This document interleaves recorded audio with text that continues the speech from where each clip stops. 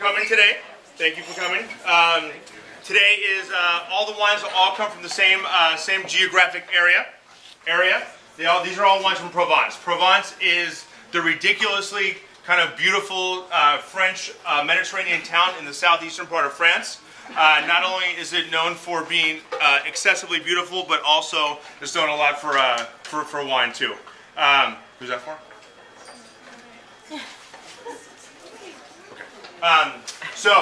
Provence is, if you guys have ever been there, Provence, every day in Provence kind of looks a lot like in Los Angeles when like the Santa Anas blow. Like the air, they have this wind in Provence called the Mistral, M-I-S-T-R-A-L, Mistral. It is kind of a cold, dry wind that comes in from the north, and it is part of what makes Provence kind of this very, very special place. I forget the whatever they use. It is like always sunny in Provence. It's cloudy maybe a couple hours, 3-4 hours out of the week usually, because this Mistral that blows through keeps the area very, very blue skied and very, very clear, like super, super high air quality. But I'll talk about like Provence and all that shit like peppered throughout this whole talk. The first wine you guys had, the first two wines, the pink wine and also the white wine, are both from the same winery. It is from this winery called Domaine Gavotti. Domaine Gavotti is a family winery. It's been around since the year 1806 in Provence. It is run now by the great granddaughter, who April and I had the privilege of eating dinner with in Montpellier a few years back. Her name is Rosalind Gavotti. The winery produces 3 wines: a white, a rosé, and a red, mostly rosé. That you guys had first. The white wine you guys are drinking now is 100% of this grape called Rolle, R-O-L-L-E. In the rest of the inhabited world and maybe the uninhabited world, they call that grape Vermentino, but in Provence they call it Rolle.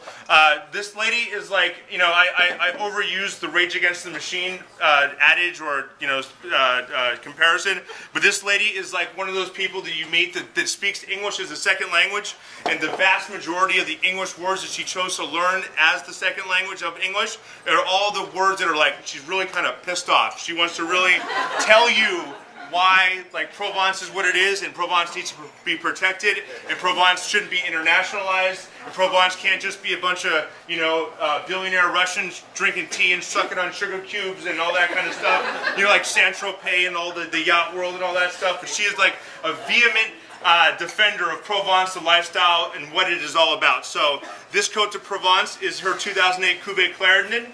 The reason why the Clarendon was, she had an uncle, I think his name was André Gavotti, but he was a French music critic for Le Figaro, and his pseudonym, his pen name was Clarendon.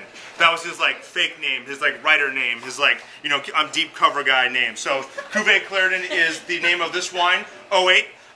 It is super, super, super exemplative, that's a word, of what Provence is all about.